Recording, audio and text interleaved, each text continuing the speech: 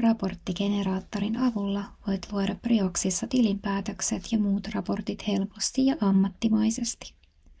Tällä videolla käsittelemme tilinpäätöksen luomista kaikkien sen osioiden näkökulmasta, mutta sama työkalu soveltuu myös muiden raporttien laatimiseen.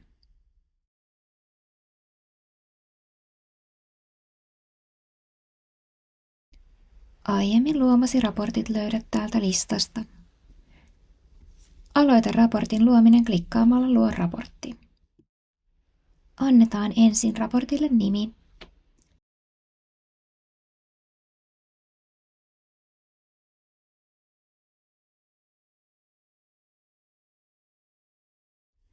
Varmista alkuun, että olet valinnut oikean tilikauden raportin työstämiseen ja kieliasetukset ovat oikein.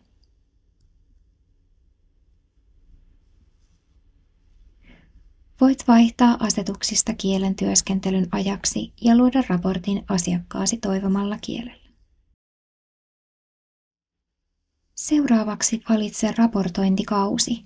Tässä voit valita myös esimerkiksi kvartaalin tai kalenterivuoden raportin pohjaksi. Ulkonäkövälilehdellä voit muokata fontteja, kokoa, rivikorkeutta ja suuntaa sekä lisätä esimerkiksi kaikille sivuille yrityksen nimen ja Y-tunnuksen. Jos yrityksen logo on tuotu Brioxiin, sen voi lisätä raportille tästä. Alta voit myös lisätä sivunumeroinnin. Työstämäsi sivun yläpalkista voit seurata työsi etenemistä. Halutessasi voit myös lisätä sivuille kommentin, esimerkiksi toiselle kirjanpitäjälle.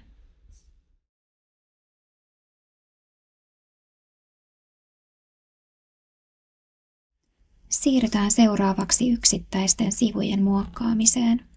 Mutteri-ikonin kohdalta voit avata käsittelemäsi sivun tiedot auki. Kansisivulla voit esimerkiksi nimetä raportin, vaihtaa väriä sekä lisätä sivulle tekstiä.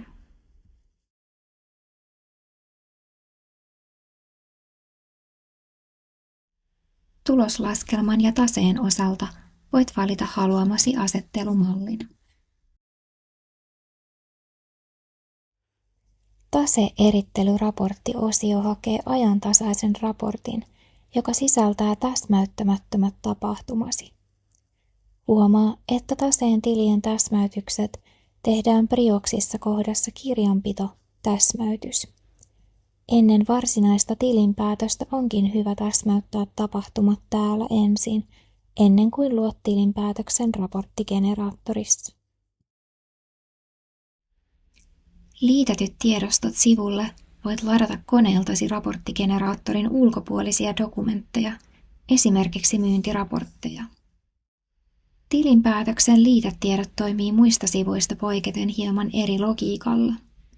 Pääset muokkaamaan tilinpäätöksen liitetietoja sivun vasemmasta yläkulmasta löytyvän linkin kautta aukeavalla uudella välilehdellä.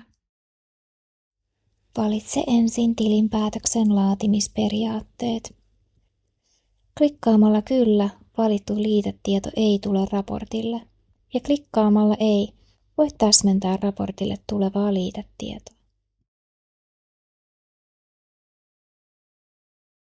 Nuolia klikkaamalla pääset vaihtamaan liitetiedon paikkaa raportilla. Oman pääoman muutosten sekä hallituksen ehdotuksen jakokelpoisen oman pääoman käytöstä osalta voit muokata tietoja omilla taulukoillaan. Manuaalisesti täällä työkalussa lisäämäsi tieto näkyy soluissa keltaisella pohjalla, ja tarvittaessa voit perua kirjaamasi tiedon klikkaamalla solussa näkyvää nuotta.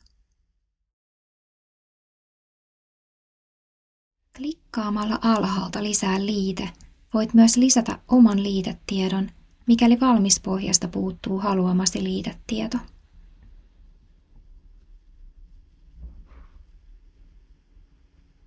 Muista tallentaa liitetiedot ennen raporttigeneraattoriin palaamista.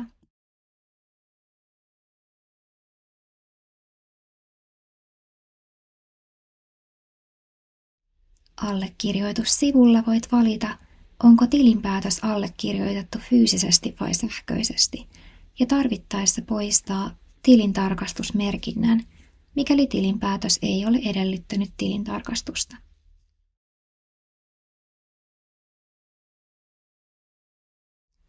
Voit lisätä raportille sivuja alhaalta löytyvästä listauksesta.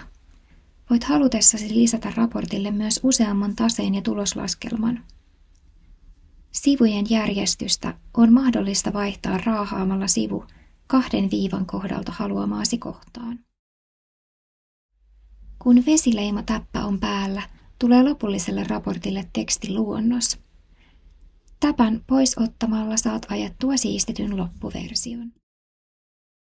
Lopullisesta raportista, esimerkiksi tilinpäätöksestä, voi myös ottaa pois täpän, sisällytä myös tositeluonnokset, jolloin ne putoavat raportilta pois.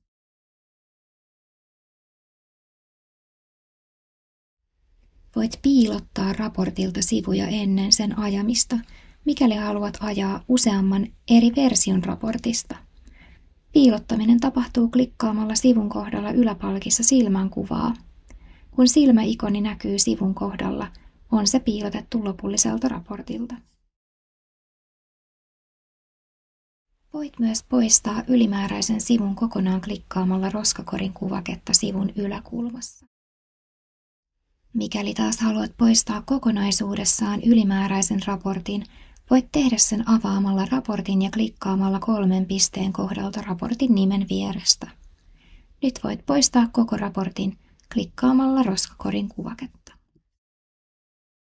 Lopuksi käydään läpi raportin vieminen Brioksista. Klikkaamalla vie-kuvakkeen vieressä olevaa nuolta voit julkaista valmiin raportin dashboardille asiakkaasi tai muiden kirjanpitäjien nähtäväksi. Voit myös tallentaa raportin liitettyihin asiakirjoihin. Klikkaamalla vie voit viedä raportista PDF-version koneellesi. Näin tilinpäätös tai muu raportti on valmis tallennettavaksi ja jaettavaksi eteenpäin.